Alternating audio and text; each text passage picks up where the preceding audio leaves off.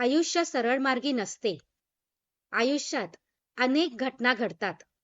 काही सुखद, काही दुःखद, काही अपेक्षित, तर काही अनपेक्षित. पण काही वेळा अशी घटना घडून जाते की आपल्यासाठी गूढ बनून राहते. एक कोडं बनून राहते. एक न सुटणारं कोडं. आपण विचार करतच राहतो, पण त्याचे उत्तर काही आपल्याला सापडत नाही. अशीच एक घटना घडली माझ्यासोबत. मी अक्षय. घटना आहे नोव्हेंबर 2019 ची. माझे लग्न ठरले होते. लग्नाला 15 दिवस उरले होते आणि मी मालाडला माझ्या आर्ट डिरेक्टरला लग्नपत्रिका द्यायला चाललो होतो. त्यांना पत्रिका देऊन मी मालाड रेल्वे स्टेशनवर आलो.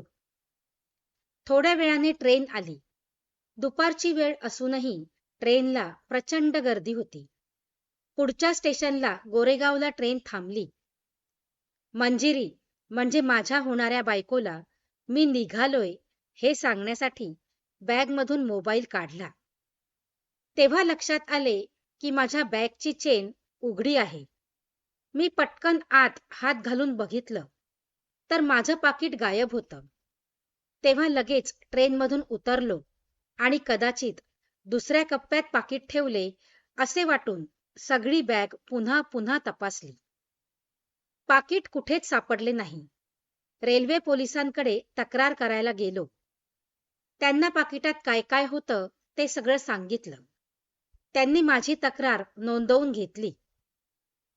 गोरेगाववरून निघाल्यावर मंजिरीला कॉल करून माझ्या एका बँकचे कार्ड ब्लॉक करायला सांगितलं आणि मी दुसऱ्या बँकचे कार्ड ब्लॉक करायला रिक्वेस्ट टाकली. गाडीत बसल्यावर मी बहिणीला आणि आईला घडलेल्या घटनेबद्दल सांगितलं. घरी आल्यावर मी टेन्शनमध्ये होतो. 2 दिवसांनी माझ्या पप्पांच्या मामाच्या मुलीचा, स्वातीताईचा मला कॉल आला. तिने मला विचारले की तुझं आधार कार्ड वगैरे काही हरवलं आहे का? मी म्हणालो की फक्त आधार कार्डच नाही तर सगळे डॉक्युमेंट्स ज्या पाकिटात होते ते पाकिटच मारलं. पण तुला कसं कळलं? तेव्हा ती म्हणाली एका व्यक्तीने तिला कॉल केला आणि त्याला तुझे डॉक्युमेंट सापडले आहेत असे ती व्यक्ती म्हणाली. मला आश्चर्य या गोष्टीचं वाटलं. त्या व्यक्तीला स्वातीताईचा नंबर कुठून मिळाला असेल? कारण तिचा नंबर असलेला कोणताही कागद किंवा कार्ड माझ्या पाकिटात नव्हतं. मी ही शंका ताईला बोलून दाखवली. तेव्हा ताई म्हणाली आधी ते डॉक्युमेंट्स घेऊन ये, मग आपण बोलू. मी तुला त्याचा नंबर देते. मी त्या व्यक्तीला कॉल केला. त्या व्यक्तीने मला बांद्रा लिंक रोडवरील एका चर्चजवळ भेटायला बोलावले. मी आणि मंजिरी तिथे जायला निघालो.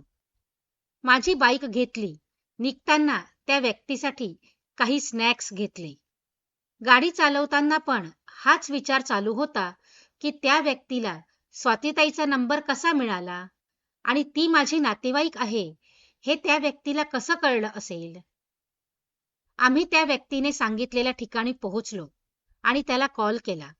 थोड्याच वेळात एक 40-45 वयाची ख्रिश्चन व्यक्ती आली.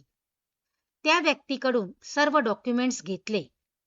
पाकिटाबद्दल विचारले असता ती व्यक्ती म्हणाली त्यांना ते पाकिट बँड स्टँडला सापडले. कोणीतरी पाकिटातील डॉक्युमेंट्स काढून फेकलेले अशा स्थितीत त्यांना ते पाकिट सापडले. स्वातीताईचा नंबर कसा मिळाला यावर ती व्यक्ती म्हणाली गुगलवरून मिळाला. एवढंच बोलून ती व्यक्ती जायला निघाली. मी आणलेले स्नॅक्स त्यांना दिले आणि आम्ही निघालो. या घटनेनंतर मी पाकिट वापरणे बंद केले, ते आजतागायत. त्या व्यक्तीला स्वातीताईचा नंबर कसा मिळाला आणि त्याद्वारे त्यांना कसं कळलं की मी तिचा नातेवाईक आहे हे आजपर्यंत रहस्य आहे. मित्रांनो, कथा आवडली असेल तर व्हिडिओला लाईक करा, शेअर करा आणि कमेंटही करा. आणि आपल्या चॅनलवर नवीन असाल तर चॅनलला सबस्क्राईब करा. धन्यवाद.